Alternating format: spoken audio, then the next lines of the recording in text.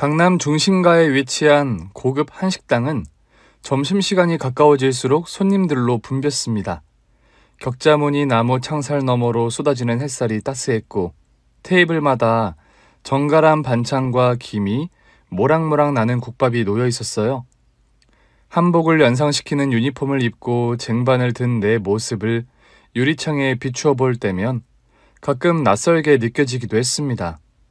서빙 일을 시작한 지 벌써 반년이 지났지만 여전히 이 일이 낯설었어요. 손님들에게 밝게 웃으며 음식을 내고 반찬을 채우는 일은 단순했지만 60이 넘은 나이, 내내 서서 그릇을 치우는 나르는 일이 고되었거든요. 그래도 일을 놓을 순 없었습니다. 살림이 어려워 어떻게든 생활비를 벌어야 했으니까요. 여사님, 테이블 7번 반찬 추가요. 지금 누룽지 드시고 계시니까 반찬 넉넉히 드리세요. 네, 매니저님. 젊은 매니저의 말에 고개를 끄덕이며 쟁반에 반찬 접시를 채우던 중 문이 열리는 소리가 들렸습니다. 아무 생각 없이 자연스레 문 쪽으로 고개를 돌렸거든요. 들어오는 손님들을 보는 순간 그만 너무 놀라서 접시를 떨어뜨릴 뻔했어요. 첫째 며느리? 헛것을 봤나 싶어 눈을 크게 껌뻑인 후 다시 봤는데 우리 첫째 며느리가 맞았습니다. 우리 첫째 며느리는 의사거든요. 고급 정장을 입고 동료 의사 2명과 함께 들어오는 모습이 눈에 들어왔어요. 깔끔하게 정돈된 머리와 명품 가방까지 우리 며느리를 필두로 들어오는 그 손님들은 걸음걸이가 아주 당당했습니다. 사실 강남 식당에서 일하고 있다는 것을 며느리들한테 말을 안 했거든요. 그런데 하필 이렇게 일을 하던 시간에 첫째 며느리를 딱 마주치니 몹시 난처하더라고요. 그렇지만 이곳에서 나는 직원, 그리고 며느리는 손님으로 온 것이잖아요. 여느 손님들이 왔을 때처럼 안내를 해야 했습니다. 그렇게 쟁반을 든 채 안내를 하기 위해 첫째 며느리와 일행들에게 다가갔는데 저와 눈이 마주친 며느리의 표정이 순간 싸늘하게 굳어버리더라고요. 며느리 역시도 이곳에 있는 나를 보면 놀랄 거라 예상은 했지만 인사를 하면 그래도 나도 아는 체를 해야겠다 생각을 하고 있었거든요. 그런데 첫째 며느리가 이내 아무 일 없다는 듯 고개를 획 돌렸습니다. 여기 창가 자리 괜찮죠? 자리 아주 좋은데? 저기 앉자. 저기 앉을게요. 예약석 아니죠? 네, 예약석이 아니라 앉으셔도 됩니다. 첫째 며느리가 의사 동료들을 이끌고 창가 쪽으로 향하며 자연스럽게 자리를 잡더라고요. 분명 눈이 마주쳤는데 나를 못 봤나? 아님 설마 나를 모른 척하는 건가? 참 난처한 상황이었지만 이미 안내를 한 이상 주문도 내가 받아야 했어요. 깊은 한숨을 내쉬고는 테이블로 다가갔습니다. 어서 오세요. 주문하시겠어요? 최대한 밝은 목소리로 인사를 건넸지만 첫째 며느리는 제 목소리를 듣고도 고개를 들지 않았습니다. 대신 동료들과 계속 대화를 이어가더라고요. 저희 아직 메뉴 못 골랐어요. 그러면 호출할 테니 좀 기다려 주시겠어요? 네, 알겠습니다. 무슨 메뉴판이 의학 서적이라도 되는 것처럼 한참을 저들끼리 메뉴에 대한 토론을 하더니 이내 손짓을 하며 나를 부르더라고요. 네, 주문하시겠어요? 아니요, 아직이요. 메뉴에 대해서 브리핑 좀 해주세요. 브리핑이요? 그러니까 메뉴에 대해 설명 좀 해주시라고요. 오늘의 메뉴도 있던데 정확히 뭔지 좀 이야기해 주실래요? 네. 저희는 보리굴비 정식, 갈비찜 정식, 그리고 오늘의 메뉴로 된장찌개와 도미찜이 준비되어 있습니다. 기본 반찬은 5가지가 제공됩니다. 그때 첫째 며느리가 한마디 했습니다. 눈을 착 아래로 내려 깔은 채 메뉴판을 보면서 말을 하더라고요. 그럼 갈비찜 정식으로 할게요. 그런데 갈비찜은 살짝 덜 달게 해주실 수 있나요? 단맛이 강한 게 싫어서요. 맞아. 어떤 데 가면 갈비찜에서 단맛이 나더라. 되게 인공적이고 인위적인 단맛. 뭔지 알지? 달짝지근한 게 맛있다고 생각하는 모양인데 되게 저렴한 느낌이야. 나도 그런 거 싫더라. 그러니까 음식에 설탕 들어가는 게 얼마나 몸에 안 좋은 건데 사람들이 그냥 너무 생각 없이 먹는다니까. 근데 그래서 우리가 바쁜 거 아니겠니? 생각해봐. 다들 좋은 음식 적당량으로 먹어서 고혈압이니 당뇨니 비만이니 그런 거 일절 없이 다 건강하면 병원에 환자가 있겠냐는 말이야. 오, 그것도 일리가 있다. 아무튼 들으셨죠? 갈비찜 단 거 싫대요. 네, 메모하겠습니다. 저는 보리굴비 정식이요. 근데 반찬 중에 깍두기가 있나요? 깍두기 말고 백김치로 대체해 주실 수 있으면 좋겠네요. 저는 도미찜이요. 근데 생선가시 좀 잘 발라서 나오면 좋겠어요. 국도 너무 뜨겁지 않게 해주세요. 살짝 식혀서 주세요. 3명이 왔는데 그 무리 중 1명도 아니고 셋 다 까다롭더라고요. 우리 며느리도 그렇지만 같이 온 여자들도 의사라서 그런지 다들 건강에 엄청 신경을 쓰는 것 같더라고요. 한편으로는 저렇게 조심스럽고 걱정이 되면 도대체 밖에서 밥을 어떻게 먹나 하는 생각이 들었지만 표정이며 말투며 티를 내지는 않았습니다. 다만 어쩔 수 없이 내 시선이 자꾸 내 며느리한테 가는 것은 어쩔 수가 없더라고요. 이쯤 되면 못 봤을 리가 없는데 이제는 바닥만 보고 있는 게 아니라 싱긋싱긋 웃으면서 동료들과 대화를 나누는 걸 보니 모든 게 확실해졌습니다. 시어머니인 나를 대놓고 무시를 하는 거였어요. 투명인간 취급을 하는 거였죠. 의사 동료들 앞에서 서빙하는 아줌마가 내 시엄마다라는 것을 도저히 밝힐 수가 없는 모양인가 보네요. 그때부터 속이 부글부글 끓어올랐지만 그 마음을 꾹꾹 누르며 주문을 받아 적었습니다. 네, 말씀하신 대로 준비하겠습니다. 혹시 더 필요하신 건 없으신가요? 그때 첫째 며느리가 고개를 돌려 제 눈을 똑바로 바라보며 말을 하더라고요. 저는 반찬을 조금씩만 주세요. 너무 많이씩 담겨 있으면 손이 잘 안 가더라고요. 이건 분명 나를 겨냥한 말이었어요. 며느리들이 우리 집에 와서 식사를 할 때 나는 며느리들이 복스럽게 잘 먹었으면 하는 마음에서 반찬을 넉넉히 내어놓고는 했는데 첫째 며느리는 젓가락을 깨작깨작거리다가 항상 음식을 다 남겼거든요. 그러니까 무식하게 많이 담지 말고 보기 좋고 먹기 좋게 조금씩 담아내라는 말이었네요. 억지로 미소를 지은 뒤 주방으로 향했습니다. 반찬을 그릇에 담는데 마음이 무슨 실타래가 엉킨 것처럼 아주 복잡해지는 걸 느꼈어요. 이제는 아주 눈을 똑바로 보면서 대놓고 모른 척을 한다 이거지? 뭐? 많이 담겨 있으면 손이 안 가?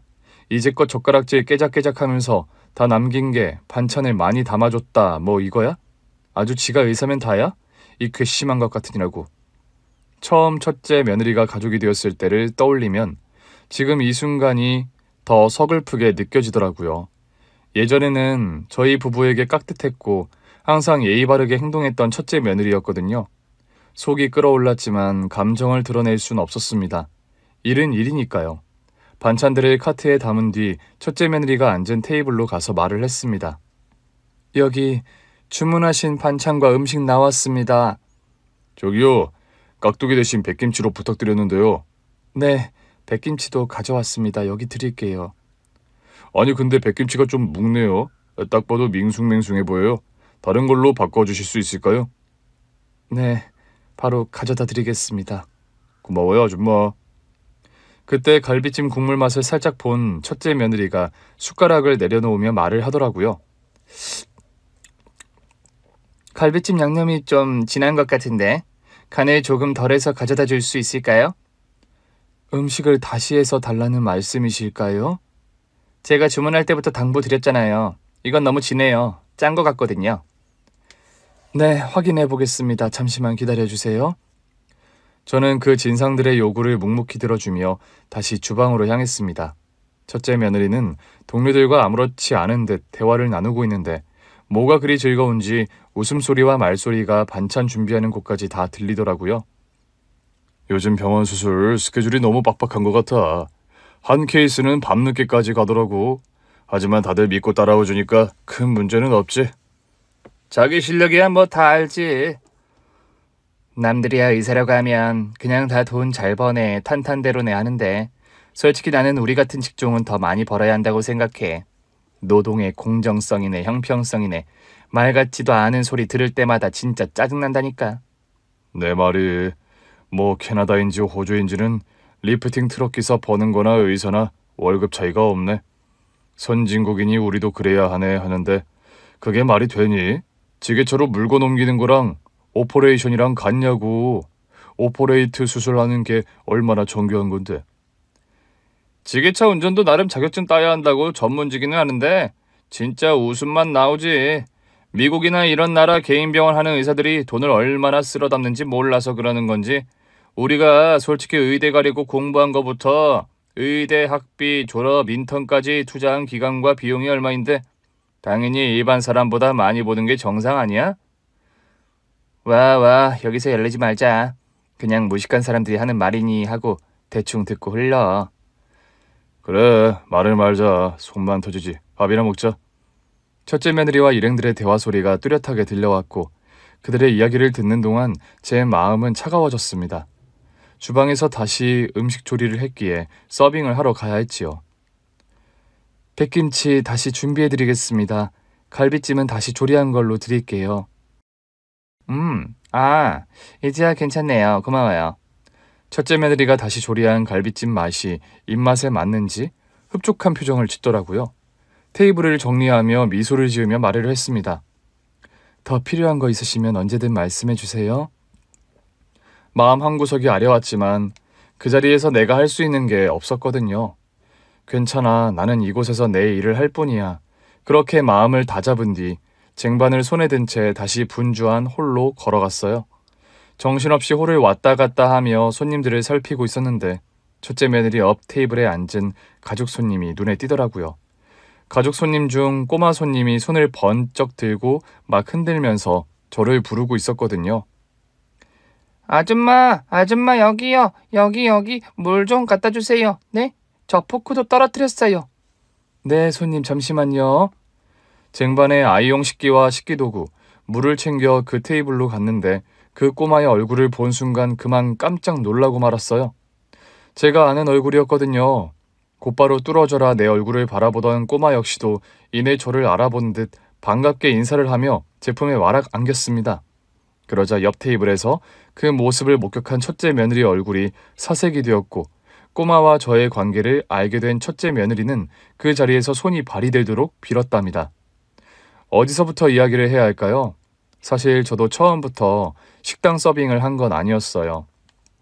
첫째 며느리 역시도 이렇게 대놓고 저를 개무시하지도 않았었고요. 도대체 어디서부터 잘못된 건지 하여간 사람 인생 한 치 앞을 모른다는 것만이 해답이 아닐까 싶네요. 어려운 집안에서 태어난 저는 어릴 때부터 삶의 무게를 느끼며 자랐어요. 부모님은 성실히 일했지만 우리 가족은 늘 생계 걱정을 해야 했거든요. 그럼에도 저는 긍정적인 마음으로 세상을 바라보려 했습니다. 어릴 적부터 남을 돕는 일이 일상이었고 작은 도움이 누군가에게 얼마나 큰 힘이 되는지 알았거든요. 아가야, 이거 좀 도와줄래? 네, 금방 해드릴게요. 동네 어르신들의 자잘한 심부름부터 할머니의 텃밭에서 잡초를 뽑아드리는 것은 제게 자연스러운 일이었어요. 가진 것은 없었지만 베풀고 돕는 마음만큼은 누구에게도 뒤지지 않았습니다. 그러다 제 나이 23이 되었을 때 남편을 만났어요. 그는 마을에서 농사를 짓는 성실한 사람이었는데 두 손으로 열심히 일하며 가족을 돕는 모습이 인상적이었습니다. 이리 와서 좀 쉬세요. 땀나게 일만 하면 힘들잖아요. 그가 마을 잔치에서 저에게 말을 건넸을 때 저는 수줍게 웃으며 대답을 했었어요. 괜찮아요. 저는 움직이는 게 더 편해요. 남편은 꾸준하고 정직한 사람이었고 저는 태생이 부지런하고 긍정적인 사람이었거든요. 몇 번 더 마주치면서 우리는 서로의 가치를 이해하고 가까워졌습니다. 그리고 몇 년 뒤 결혼을 하며 새로운 시작을 하게 되었어요. 결혼 후 남편은 시장에 작은 구멍가게를 시작했는데 가게는 소박했지만 남편의 꿈과 정성이 담겨있는 곳이었습니다. 오늘은 손님이 별로 없었어. 이번 달 괜찮을지 모르겠네. 남편이 한숨을 쉬며 말할 때면 저는 남편의 기운을 북돋아주기 위해 노력을 했어요. 처음부터 잘 되면 얼마나 좋겠어요. 천천히 나아가면 되는 거예요. 우리 함께 노력해요. 남편은 밤 늦게까지 물건을 정리하고 가게를 깔끔하게 유지하려 애를 썼거든요. 시간이 지나면서 단골 손님이 생기기 시작했고 가게는 점점 자리를 잡아갔습니다. 그리고 몇 년 뒤 남편은 가게를 확장하며 전자제품을 판매하기 시작했어요. 시대의 변화를 읽은 남편은 작은 가전제품들을 들여오며 사업의 방향을 바꾸었습니다. 요즘은 이런 전기밥솥이나 다리미가 인기래. 이런 걸 우리가 들여놓으면 손님들이 좋아할 거야. 남편은 그 옛날 시대에도 시장 조사와 연구를 게을리하지 않았고 덕분에 가게는 더욱 번창했습니다. 당신 정말 대단해요. 이렇게 열심히 하니 안 될 리가 없네요. 저의 응원에 힘을 얻은 그는 가전제품 판매에서 한 발 더 나아가 전자부품을 생산하는 공장을 운영하기로 결심했습니다. 공장은 처음엔 소규모로 시작했어요. 남편은 거래처를 찾아다니며 계약을 따냈고 직원들과 밤낮 없이 일하며 공장을 키워갔습니다. 여보, 우리 공장이 점점 안정되고 있어. 이 계약만 잘 되면 더 많은 주문을 받을 수 있을 것 같아. 공장을 운영하던 시기 늘 바빴지만 남편은 사업을 키워가는 것에 푹 빠져서 힘든 줄을 몰랐던 것 같아요. 당시에 저는 두 아들을 키우는 일에 집중하고 있었는데 남편을 늘 응원하며 힘이 되어 주었습니다. 그리고 공장이 성공 궤도에 올랐을 때 우리는 서울에 아파트를 마련했습니다. 그곳에서 중학생이 된 두 아들과 함께 살며 안정된 삶을 누릴 수 있었어요. 아들들은 우리 부부의 노력 덕분에 좋은 환경에서 자랄 수 있었습니다. 큰 아들은 과학과 수학에 흥미가 많았고 늘 실험과 책 읽기에 몰두했던 반면에 작은 아들은 사람들과 어울리기를 좋아하는 애로 사교성이 좋았지요. 머리가 비상하게 좋았던 큰아들은 학업 성적도 뛰어났고 당시 중고등학교 과학 경시대회 1등을 휩쓸었습니다. 엄마, 이번에 과학 경시대회에서 1등 했어요. 우리 아들 정말 자랑스럽다. 이렇게 노력하니 좋은 결과가 나오는구나. 눈에 띄는 성과를 내는 건 큰아들이었지만 작은 아들도 주눅들지 않고 자신만의 길을 열심히 걸었습니다. 엄마, 이번에 발표 수업에서 팀원들이 저를 칭찬했어요. 리더십 있다고요. 작은 아들은 저를 많이 닮았던 것 같아요. 가는 곳마다 긍정적인 에너지를 발산하며 주변 사람들과 협력하는 것에 소질이 있었거든요. 그 결과 큰아들은 대학에서 공학을 전공하며 연구원의 길을 걷게 되었고 작은 아들은 경영학을 공부한 뒤 대기업에 취직해 안정된 직장을 얻었습니다. 엄마, 저 이번에 연구소에서 신제품 개발 프로젝트에 들어갔어요. 그래, 네가 좋아하는 일 하니까 엄마는 너무 기쁘구나. 열심히 해.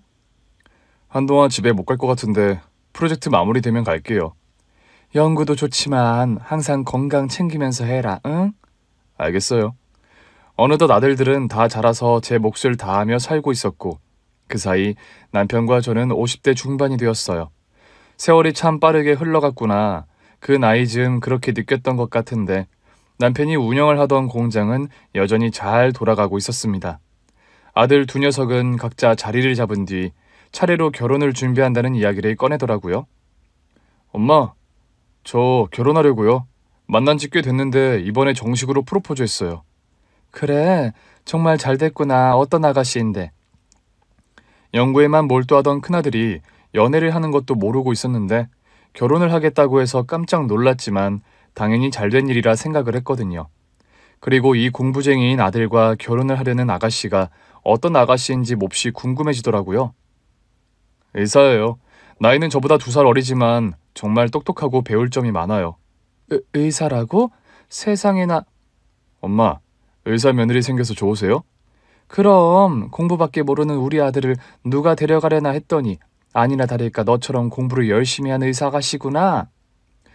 뭐 의사가 별거 있나요? 그냥 직업의 하나인 거죠. 혹시 뭐 개원의 같은 거야? 아니요, 요즘 단독 개원하는 게 어디 쉽나요? 의대 선후배 동기들 몇이랑 공동으로 병원을 차렸는데 거기서 일하고 있어요. 어머, 그래. 그래도 집이 좀 사는 아가씨인가 보다. 공동으로 차리더라도 각자 많이들 투자를 했을 건데. 대출도 있겠지만 의사니까 갚아 나가는 거죠 뭐. 그래, 넌 벌써 결혼하려고 마음을 먹은 거구나? 당연하죠. 말씀드렸잖아요, 결혼할 거라고요. 조만간 인사드리라고 할게요. 큰아들의 말처럼 첫째 며느리는 의사로서 당당하고 똑똑한 사람이었습니다. 처음 인사하러 왔을 때 단정한 옷차림에 말투까지 차분해서 첫인상은 나쁘지 않았어요. 하지만 왠지 모르게 저는 첫째 며느리 앞에서 주눅이 들더라고요. 사실 제가 가방끈이 그리 길지 않거든요. 내가 못 배웠지만 그래도 한평생 열심히 살았고 우리 아들들은 좋은 교육 받게 해서 자리 잡았으니 이만하면 성공했다. 그런 자부심은 있었지만 나 스스로 내세울 학벌 같은 거랑 거리가 멀다는 걸 알고 있었어요. 그래서인지 박학다식하고 똑부러지고 당당해 보이는 첫째 며느리가 조금 어렵게 느껴지더라고요. 엄마, 아버지, 우리 신혼집으로 아파트 생각하고 있는데 와이프랑 생각이 좀 갈려서요. 어떤 게 갈리는데? 서울에 아파트 얻는 거 그리고 위치까지는 둘 다 합의가 됐는데 전세냐 자가냐 그걸로 지금 이야기를 하고 있네요. 네가 생각하는 것은 뭐고 저기 며느리가 생각하는 건 뭔데? 저는 솔직히 전세로 시작하는 것도 괜찮다 생각하거든요. 전세로 있다가 나중에 좋은 기회 있을 때 자가 마련하는 것도 방법이고 천천히 해도 된다는 입장인데 와이프는 집을 사는 게 좋겠다고 해서요. 대출을 받더라도 일단 집을 사는 게 좋고 나중에 집값 오르면 결국에 다 이득이라고요. 근데 대출 금액이 너무 큰 게 부담이네요. 그건 걱정 말아라. 당연히 도와줘야지. 네가 잘 살아야 우리도 마음이 편하지 않겠니? 우리가 보태줄 테니 대출은 최소로 해보도록 하자. 감사해요, 아버지, 엄마. 남편은 첫째 며느리가 의사이니 우리 집안에 의사 며느리가 생긴다며 자부심을 느끼고 있었고 또 혹여나 의사 며느리한테 아들이 기죽고 살까봐 아들 신혼집은 우리가 얻어줘야 한다는 입장이었어요. 말로는 대출을 최소화하도록 해주겠다고 했지만 결국은 아파트를 사주었습니다. 큰아들 부부의 결혼식은 화려했고 첫째 며느리는 하객들 앞에서 눈부시게 당당한 모습을 보였어요. 그 모습을 보며 한편으로는 자랑스러웠지만 왠지 모를 거리감이 느껴지더라고요. 큰아들이 결혼을 하고 몇 년 후 둘째 아들도 결혼을 하겠다고 이야기했습니다. 엄마, 아버지, 저도 결혼하려고요. 이번 추석 지나고 인사드리러 갈게요. 그래? 어떤 아가씨인데? 회사에서 만난 동료예요. 밝고 성실한 사람이에요. 엄마, 아버지도 만나보시면 좋아하실 거예요. 작은 아들은 둘째 며느리에게 푹 빠져 있는 것 같더라고요. 우리 작은 아들 성격이 밝고 사람을 편안하게 해주는 그런 면이 있는데 둘째 며느리도 그런 점이 아들과 비슷한 것 같았습니다. 둘째 며느리 첫인상이 따뜻하고 편안했거든요. 안녕하세요, 어머님, 아버님. 앞으로 잘 부탁드립니다. 반가워요. 우리 성수한테 이야기 많이 들었어요. 둘째 며느리는 외모, 이미지도 화려하지 않고 오히려 순수한 편이었는데 둘째 며느리의 진심이 느껴지는 말과 행동이 좋게 보였어요. 첫째 며느리 때와 달리 둘째 며느리를 편안하게 받아들였고 결혼 준비 과정에서도 큰 어려움 없이 일이 진행되었습니다. 큰아들이 결혼할 때 아파트를 사주었기 때문에 둘째 아들 결혼할 때 똑같이 아파트를 사주었습니다. 똑같이 아끼는 두 아들인데 장남이라는 이유로 아파트를 해주고 둘째한테는 안 해줄 수가 없잖아요. 남편 역시도 공평하게 해주는 게 맞다고 했어요. 작은 아들 부부는 우리가 아파트를 해준 것에 엄청 고마워했고 살면서 갚아 나가겠다고 그리 예쁘게 말을 하더라고요. 작은 아들 부부의 결혼식은 소박하지만 정성 가득한 자리였습니다. 그렇게 아들 둘이 다 결혼을 하고 며느리 둘을 둔 시어머니가 됐는데 시간이 지나면서 첫째 며느리와 둘째 며느리를 대하는 제 마음은 조금씩 달라지는 걸 저도 느꼈어요. 솔직히 사람인지라 행동하는 것에 따라 정이 가고 덜 가고 그러잖아요. 비교를 안 하려고 했지만 명절이나 가족 모임 때마다 두 며느리는 확연히 다른 모습을 보였는데 첫째 며느리는 항상 바쁘다는 이유로 늦게 왔고 와서도 피곤한 티를 많이 내더라고요. 어머님, 이번엔 병원 일이 너무 많아서 일찍 못 왔어요. 죄송해요. 1년, 2년, 추석과 설날만 해도 4번이고 남편의 환갑이라는 행사도 있었는데 그때마다 첫째 며느리가 하는 말은 늘 똑같습니다. 늘 죄송하다며 사과는 했지만 한 번도 음식을 준비하거나 설거지를 도운 적이 없었거든요. 반면 둘째 며느리는 일찍 와서 저를 도우며 자연스럽게 일을 같이 했어요. 어머님, 제가 전 부칠게요. 어머님은 조금 쉬세요. 괜찮아. 너도 피곤할 텐데 그냥 앉아서 쉬어. 아니에요, 어머님. 힘드실 텐데 제가 도와야죠. 둘째 며느리는 태생이 밝은 성격이었는데 항상 웃는 얼굴로 저를 대하며 시어머니로서 저를 존중해 주었습니다. 명절뿐 아니라 어쩌다 한 번 있는 가족 모임에서도 첫째 며느리의 태도는 달랐어요. 어머님, 저는 곧 병원에 복귀해야 해서 일찍 일어나야 해요. 죄송해요. 그래, 첫째야. 의사가 늘 바쁘지. 먼저 가봐라. 네, 아버님. 이해해 주셔서 감사합니다. 그래도 아버님, 어머님 선물은 형님인 제가 나서서 챙기고 고른 건데 마음에 드시죠? 그럼 우리 의사 며느리 안목이 훌륭한 건 다 알지. 고생했다 가봐라. 네, 여보, 가자. 그래. 아버지, 엄마, 저희 가볼게요. 성수야, 지수씨, 먼저 일어날게요. 그래, 형. 아주버님, 형님 들어가세요. 늘 서둘러 자리를 뜨곤 했던 첫째랑 달리 둘째 며느리는 마지막까지 남아 자리를 정리하고 제가 필요로 하는 일을 챙겼어요. 어머님, 나중에 집에서 드시기 편하게 남은 음식은 용기에 담아두었어요. 아이고, 이런 걸 다 챙기니 정말 고맙구나. 첫째 며느리와 너무나 다른 둘째 며느리의 사려 깊은 태도는 저를 감동시켰고 자연스레 둘째 며느리가 편하게 느껴졌던 것 같아요. 첫째를 볼 때마다 마음이 복잡했습니다. 거리감이 쉽게 좁혀지지 않았거든요. 나도 며느리를 더 이해하려고 해야겠지? 그치만 왜 이렇게 힘들까? 어디다 티는 못 내고 속으로 그렇게 끙끙 앓기만 했던 것 같아요. 지금 생각해보면 참 내가 바보 천치 같았구나 하는 생각도 드네요. 제 성격 자체가 뭘 해주고서는 막 생색을 내거나 대접을 받는 것은 당연히 여기는 걸 싫어해서 그런지 자칫 잘못하면 시어머니 짓 한다는 소리를 들을까봐, 아파트 해주고는 눈치 주고 부려먹는다는 소리를 들을까봐 내색을 잘 못했던 것 같습니다. 그러던 중 가난한 살림에 강남 식당에 나가 서빙을 하고 있는데 의사인 첫째 며느리가 동료 의사들과 밥 먹으러 왔다가 저를 발견하고는 모른 척 하는데, 아줌마 여기 물 좀 갖다 줘. 그 순간 손님으로 온 한 꼬마가 날 부른 순간 위풍당당하던 첫째 며느리 내 앞에서 잘못했다고 싹싹 비네요. 남편의 공장은 오랜 시간 동안 안정적으로 돌아갔고 우리 가족의 든든한 버팀목이었습니다. 하지만 세상 일은 마음처럼 되지 않더라고요. 공장 운영 20년 만에 예상치 못한 위기가 찾아왔습니다. 여보, 이번에 원자재 가격이 너무 올랐어. 예전 거래처에서 물건을 못 받겠다고 하네. 그래도 우리가 쌓아온 신뢰가 있으니 금방 해결될 거예요. 조금 더 기다려 보자고요. 저는 평소처럼 남편을 위로했지만 남편의 얼굴은 여전히 어둡더라고요. 우리가 20년 쌓아온 노력이 헛되지 않을 거라고 생각했고 다시 잘 풀릴 거라 믿었지만 시간이 갈수록 상황은 더 나빠졌습니다. 주요 거래처들이 값싼 해외 부품으로 눈을 돌렸고 우리 공장의 주문량은 급격히 줄어들었거든요. 공장을 유지하려면 직원들의 월급과 시설 유지비가 필요한데 수익은 그에 한참 못 미쳤습니다.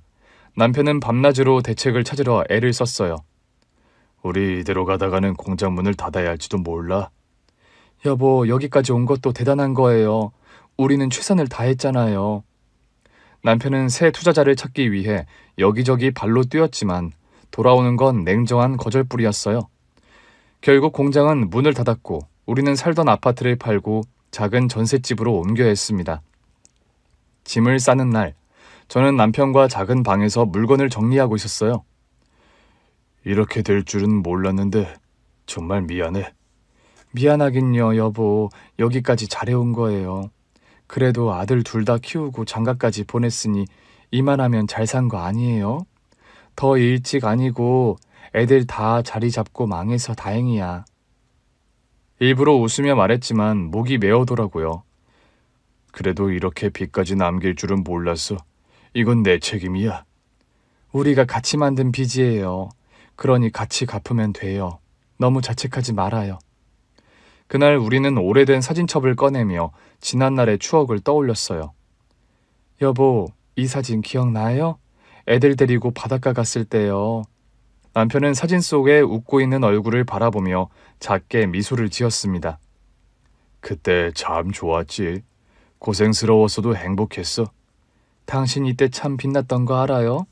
몸이 두 개라도 되는 사람인 것처럼 발바닥에 불이 날 것처럼 뛰어다니던 때였잖아. 힘들었는데 힘든 걸 모르고 내달릴 때였지. 그렇게 시작했던 공장인데 이게 한순간에 이렇게 되다니. 다 늙어서 내가 당신을 고생시키네. 내가 당신 덕분에 사모님 소리 들으면서 살았는데 당신 아니면 그런 건 꿈도 못 꿨지. 사모님으로 살아봤으니 이제 다른 거 하면서 살면 되지. 이제 사모님은 아니지만 나는 여전히 당신 마누라잖아요. 언제나 당신 편인 거 알지요? 그럼 알지.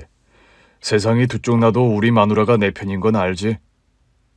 생활비와 빚을 갚기 위해 우리는 생계전선에 뛰어들었는데 남편은 아파트 경비원으로 취직을 했습니다. 아파트 관리실 유리창 너머로 익숙한 뒷모습이 보일 때마다 가슴이 먹먹해지더라고요. 그 모습이 굉장히 낯설었거든요. 남편이 새벽 근무를 마치고 아침이 되어서야 교대를 하고 집에 들어오는 날이면 아침밥을 차려놓고 남편을 기다렸습니다. 여보, 오늘은 어땠어요? 힘들지 않아요? 당신 밤새서 피곤하겠다. 쪽잠이라도 좀 잤어요? 힘들긴 뭐가 힘들어. 그래도 일할 수 있으니 다행이지. 남편은 씩씩하게 말했지만 그의 어깨는 전보다 더 작아 보였어요. 상황이 그러다 보니 저도 가만히 있을 수는 없었습니다. 어떤 일이라도 해야 한다는 생각에 이리 뛰고 저리 뛰어다녔고 그렇게 강남의 한 식당에서 서빙 일을 하게 된 거였어요. 어서 오세요. 몇 분이세요? 처음에는 손님들에게 인사를 건네는 것도 서툴렀지만 시간이 지나니까 그것도 익숙해지더라고요. 허리를 굽히고 쟁반을 들고 테이블을 누비는 일이 고됐지만 남편과 함께 다시 시작할 수 있다는 생각에 견딜 수 있었습니다. 사실 그렇게 되고서 아들들이나 며느리들에게 티를 내지는 않았는데 둘째 아들 부부는 우리 사정을 눈치채고 매달 용돈을 보내주었습니다. 어머님, 아버님, 이번 달에도 조금 보탰어요. 많이 못 드려서 죄송해요. 아니다, 이걸로도 충분하다. 너희가 이렇게 생각해주는 것만으로도 고맙다. 둘째 며느리의 목소리에는 진심 어린 미안함이 담겨 있었어요. 저는 둘째 며느리의 정말 고마운 마음이었습니다. 둘째 아들은 가끔 고기랑 야채랑 잔뜩 장을 봐서 집에 오기도 했습니다. 엄마, 아버지, 이거 좀 드셔요. 힘내셔야죠. 아이고, 네가 바쁜데 시간이 어디 있다고 장을 다 봐왔니? 우리 거 장 보면서 아버지 엄마 거 같이 산 건데요, 뭐. 근데 엄마, 형은 뭐 따로 이야기 없어요? 안 그래도 엄마 아버지 어려우니 같이 대책 좀 마련해보자고 했는데 형이 요즘 바쁜가 보네? 네 형이야 항상 바쁘지. 됐다, 일 없어. 세심하게 챙기려 애를 쓰던 둘째 부부와는 달리 첫째 아들 부부는 별다른 도움을 주지 않았습니다. 둘째 아들네 통해서 어떻게 이야기는 전해 들었는지 어느 날 첫째 며느리한테 전화 한 통 받은 게 전부였어요. 어머님, 아버님, 잘 지내고 계시죠? 요즘 병원 일도 바빠서 신경을 못 써드려서 죄송해요. 첫째 며느리는 형식적으로 사과했지만 그뿐이었습니다. 엄마, 아버지, 우리도 힘들어서요. 와이프 병원 시작할 때 돈이 많이 들어가서 대출이 장난이 아니에요. 여력이 있어야 엄마 아버지를 돕는 건데 그래도 우리 아버지 꺾이지 않는 불굴의 사나이인데 잘 버티실 거라고 믿어요. 그래, 너희도 사느라 힘들겠지. 걱정하지 마라. 아버지랑 나랑 잘 버티고 있다. 첫째 며느리는 더 이상 말을 하지 않았고 시간이 흐르다 보니 대화의 끈을 놓는 게 익숙해지더라고요. 그렇게 고단한 일상 속에서도 우리 부부는 서로를 의지하며 하루하루를 살아갔습니다. 남편과 저는 시간이 날 때마다 서로를 다독이며 위로했거든요.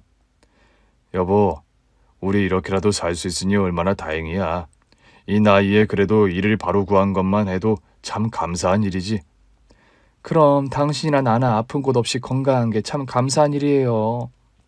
남편과 손을 꼭 잡고 웃을 때면 작은 희망이 저를 지탱해 주는 것 같았고 세상 사람 다 없어도 우리 부부가 서로 있으니 그게 참 다행이라고 생각을 했습니다.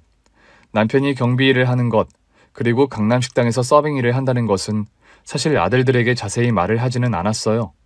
남편도 공장 사장이었던 터라 경비 일을 하게 됐다는 말이 입에서 잘 안 떨어진다고 했고 저 역시도 말을 하고 싶지 않더라고요. 어차피 첫째 며느리랑은 대화도 안 한 지 오래됐거든요. 그러던 차에 제가 일하던 식당에서 첫째 며느리와 그 의사 동료들을 딱 마주치게 된 거였죠.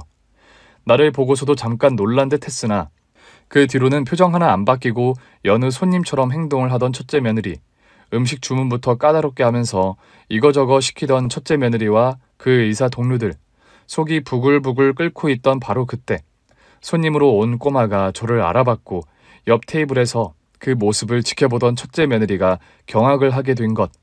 지금 생각해도 참 통쾌한데 정말 한치 앞을 알 수 없는 게 인생이라는 걸 깨달으며 무릎을 탁 치게 되더라고요.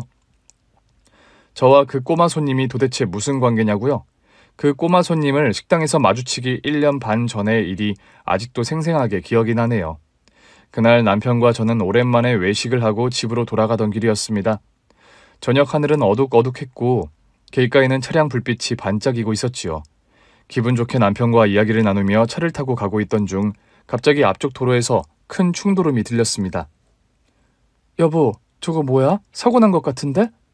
제가 놀라며 소리치자 남편은 급히 차를 멈추고 주변을 살폈습니다. 사고 현장은 끔찍했습니다. 검은 고급 세단 한 대가 가로수를 들이받고 멈춰 서 있었고 차 앞부분은 심하게 찌그러져 있더라고요. 사람이 다쳤을지도 몰라. 어서 가보자. 남편은 이미 차에서 내리며 달려가고 있었고 저도 쫓아가며 뒤를 따랐어요. 차 안을 들여다보니 운전석에 앉아있던 젊은 남자는 의식을 잃은 상태였습니다.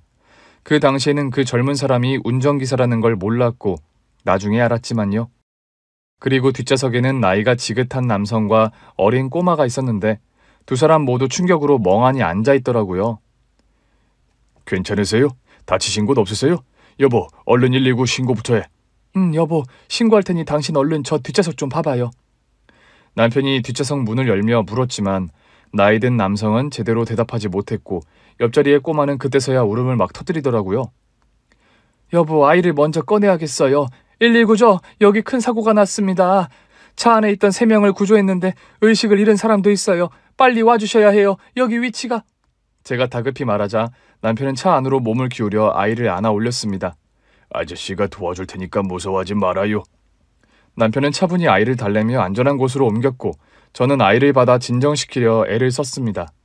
괜찮아. 무섭지 않아요. 이제 안전해요. 그 다음으로 남편은 나이든 남성을 부축하며 차에서 꺼냈습니다. 조금만 참으세요. 제가 안전한 곳으로 모셔다 드릴게요. 남편의 목소리는 한결같이 침착했던 것으로 기억을 해요. 앞자리에 앉은 운전기사도 차 안에서 꺼내야 했는데 보니까 외관상 크게 다친 것으로는 보이지 않는데 의식을 잃은 상태였던 그 남자가 혼자 움직일 수 없었기에 남편은 차 문을 열고 힘겹게 그 젊은 남자를 끌어냈어요. 여보, 저쪽으로 도와줘요. 안전한 곳에 눕혀야 해요. 저와 남편은 안전한 곳에 운전기사를 눕혔어요. 119 도착하기 전까지 우리 부부는 세 사람 곁을 지키며 상태를 살폈습니다.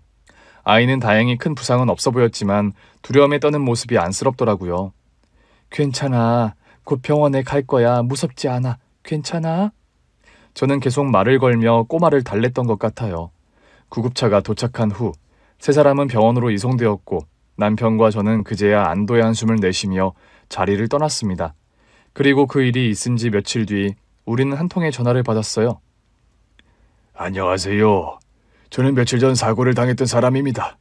직접 뵙고 감사 인사를 드리고 싶네요. 전화를 하신 분은 사고 당시 차 안에 있던 회장님이었습니다. 당연히 해야 할 일이라며 마다했지만 계속 거절하는 것은 예의가 아닌 것 같았고 며칠 후 우리는 회장님의 집으로 초대받았어요. 회장님의 댁은 고급스러운 대저택이었는데 화려한 장식과 고풍스러운 가구들이 집 안을 가득 채우고 있었습니다. 어서 오십시오. 정말 감사드립니다. 덕분에 제 손주와 저 모두 무사할 수 있었습니다. 우리 김 기사도 지금 잘 치료받고 있어요. 회장님은 우리를 맞이하며 따뜻한 미소로 인사했습니다. 아닙니다. 누구라도 그렇게 애쓸 겁니다. 남편이 겸손하게 말하자 회장님은 고개를 저으며 말씀하셨어요.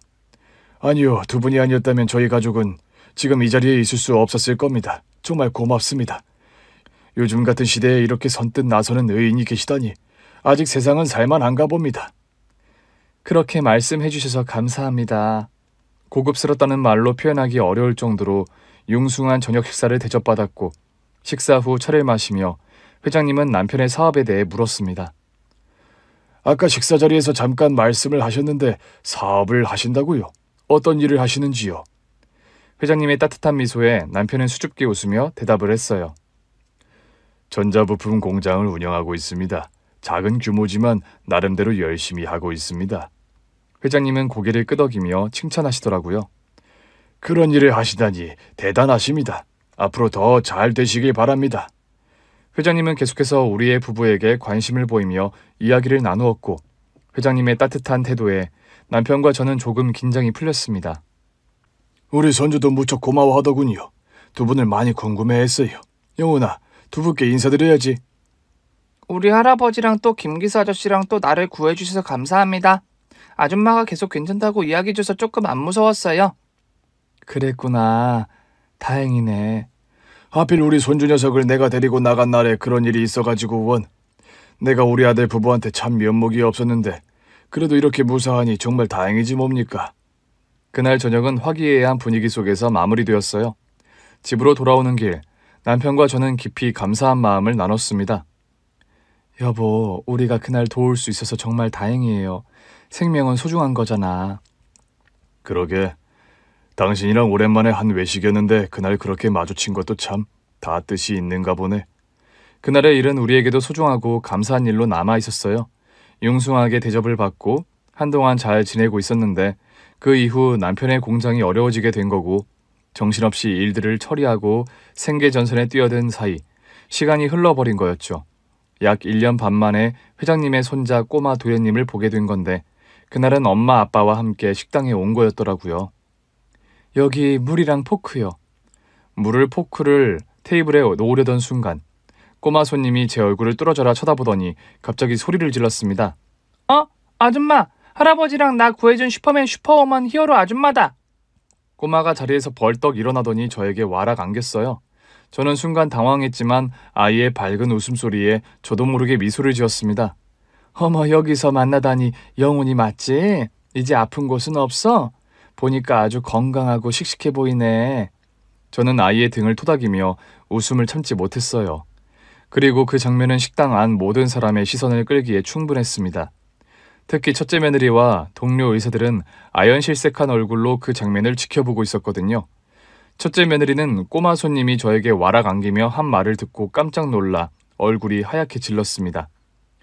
첫째 며느리는 동료 의사들과 함께 이미 그 꼬마가 회장님 집안의 귀한 손주이며 자신이 진료를 본 적이 있는 VIP 고객이라고 이야기를 하고 있었거든요. 저 꼬마, 우리 병원에서 봤던 그 아이잖아. 회장님 손주 맞지? 맞아. 그런데 왜 저분을 보고 저렇게 좋아하지? 무슨 관계인 거야? 동료 의사들은 의아해하며 첫째 며느리를 바라봤습니다.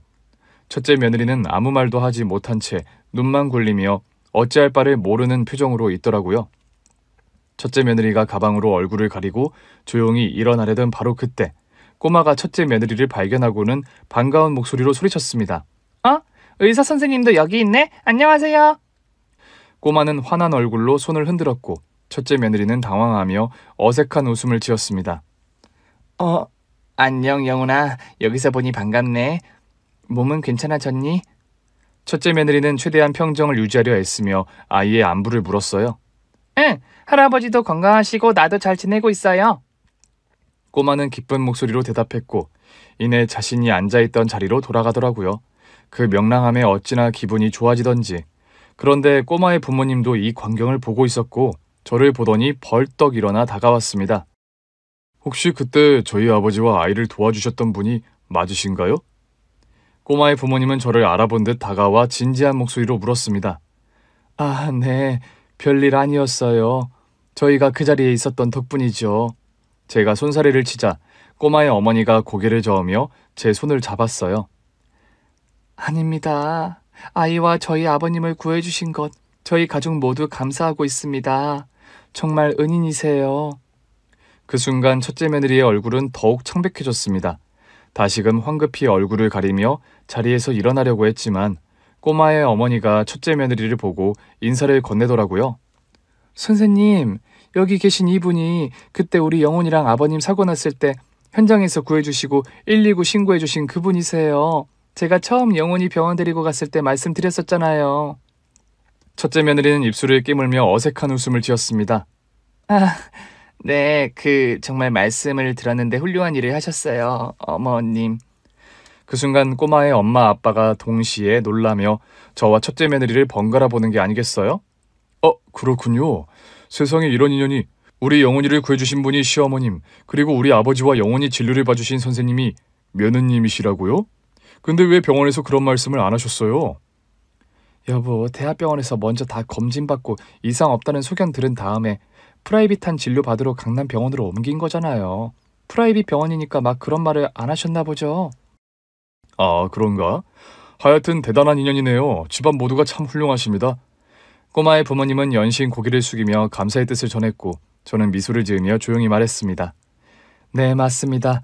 여기 이 자랑스러운 의사 선생님이 저희 첫째 며느님이시랍니다. 그 자리에 있던 모두의 시선이 첫째 며느리에게 다시 한번 쏠렸습니다. 며느리의 동료 의사들은 서로를 쳐다보며 속삭이더라고요. 시어머니셨다고? 몰랐네. 근데 어머님이 식당에서 일을 하셔? 진짜 대단하다. 이런 인연이 있다니.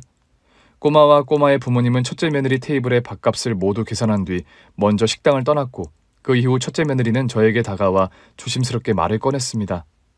어머님, 제가 정말 죄송합니다.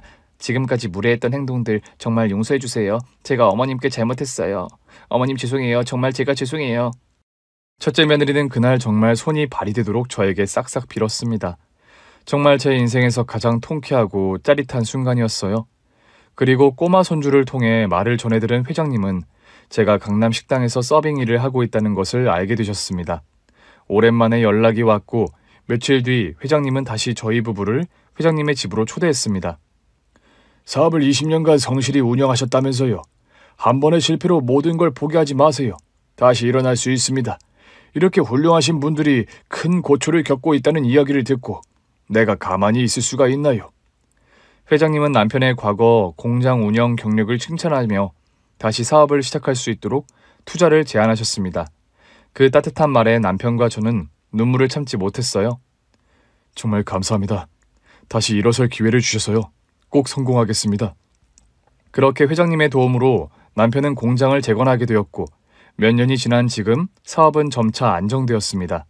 그 사건 이후 첫째 며느리 부부 180도 달라진 태도로 우리 부부를 아주 깍듯하게 대하며 부담스러울 정도로 대하지만 저와 남편의 마음은 어려운 시기에 진심으로 우리를 챙겨준 둘째 아들 부부에게 향했어요. 힘들고 어려울 때 누가 진짜 내 곁에 있는지를 알게 되더라고. 그게 가족이어도 말이야. 안 그래 여보? 나중에 둘째네를 챙겨야겠어. 처음부터 언제나 그랬었죠. 그 상황이 되니 더욱 드러난 것뿐이잖아요. 아들 하나를 헛키웠고 부창부수라고 아주 그런 면에서 큰아들 부부가 죽이 아주 잘 맞네요. 우리가 그렇게 키우지는 않았는데.